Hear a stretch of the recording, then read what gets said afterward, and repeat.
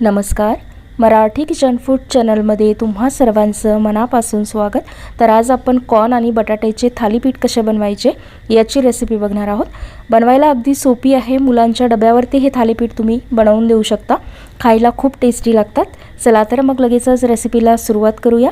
तर सगळ्यात पहिले इथे मी 3 ते 4 हिरव्या मिरच्या मिक्सरच्या पॉटमध्ये टाकून याला थोडंशा वाटून घेतलेले आहे.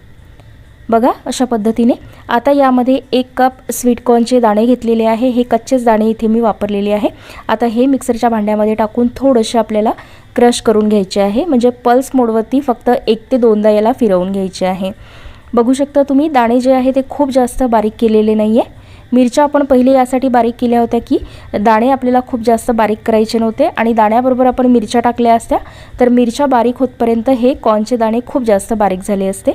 आता हे जे वाटलेले दाणे आहे हे एका बाउलमध्ये काढून घेतलेले आहे. त्यानंतर यामध्ये मी पाऊण कप स्वीट कॉर्नचे दाणे म्हणजे अख्खे दाणे जे आहेत ते घेतलेले आहे. याला मी थोडंसं गरम पाण्यातून काढून घेतलेलं आहे. म्हणजे पाणी गरम करून त्यामध्ये 1 मिनिट ठेवलं होतं. त्यानंतर यामध्ये 2 मीडियम आकाराचे बटाटे उकडून मॅश करून घेतलेले आहे, जे की 1 कप भरलेले आहे. ते सुद्धा यामध्येच टाकायचे आहे.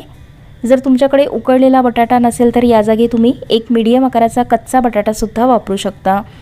त्यानंतर काही भाज्या टाकायच्या आहे. तर इथे मी 1 मीडियम आकाराचा कांदा, 1 मीडियम आकाराची शिमला मिरची आणि अगदी थोडीशी कोथिंबीर टाकलेली आहे. तुम्ही यामध्ये गाजर वगैरे सुद्धा वापरू शकता. चवीनुसार मीठ टाकून घ्यायचं आहे. पाव चमचा इथे मी काळं मीठ आणि पाव चमचा चाट मसाला टाकलेला आहे.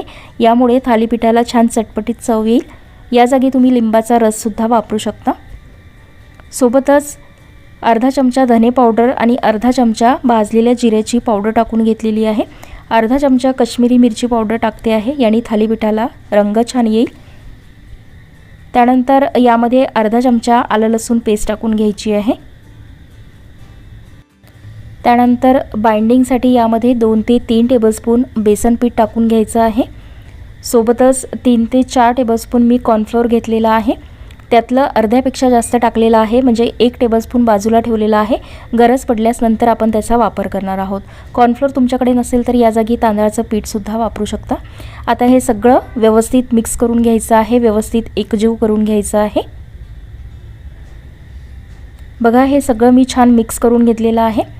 आता हे जे पीठ आहे हे व्यवस्थित आपलं तयार झालेलं आहे. जे उरलेलं कॉर्नफ्लोअर आहे त्याची मला इथे गरज पडलेली नाही आहे. पिठाचा खूप जास्तसुद्धा वापर करायचा नाही. बघा अशा पद्धतीचं हे पीठ असलं पाहिजे. आपल्याला थालीपीठ छान थापता आलं पाहिजे. आता आपण लगेचच थालीपीठ बनवायला घेऊया. तव्याला तेल लावून घेतलेलं आहे. आता तुम्हाला किती मोठं किंवा छोटं थालीपीठ बनवायचं आहे त्यानुसार तुम्ही इथे मिश्रण घेऊ शकता. आणि अशा पद्धतीने मी डायरेक्ट तव्यावरतीच हे थापून घेतलेलं आहे.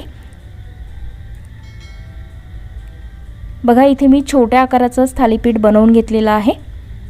आता यावरती झाकण ठेवून 2 ते 3 मिनिटं मीडियम गॅसवरती याला छान भाजून घ्यायचं आहे. बघा 2-3 मिनिटं झालेले आहे.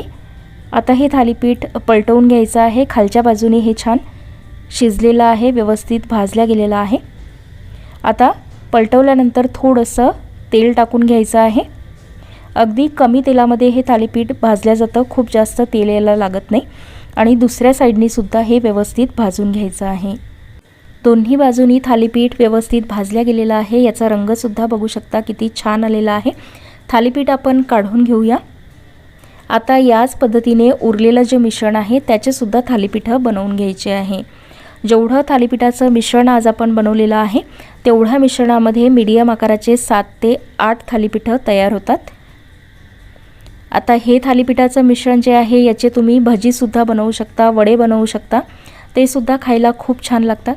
यामध्ये आपण बटाटा टाकलेला आहे त्यामुळे थालीपीठाची चव खूप छान लागते. दुसरंसुद्धा थालीपीठ इथे मी बनवून घेतलेलं आहे. हे थालीपीठ तुम्ही टोमॅटो केचप बरोबर सर्व करू शकता किंवा असंच सुद्धा खायला खूप छान लागतं. यामध्ये जे अख्खे आपण कॉर्नचे दाणे टाकलेले आहे ते दिसायला बघू शकता किती छान दिसते आहे. तर कशी वाटली तुम्हाला ही थालीपीठाची रेसिपी मला कॉमेंटमध्ये सांगायला विसरू नका. व्हिडिओ आवडला असेल तर चॅनलला लाईक, शेअर आणि सबस्क्राईब नक्की करा. मी भेटते तुम्हाला अशाच एका नवीन व्हिडिओबरोबर. तोपर्यंत धन्यवाद.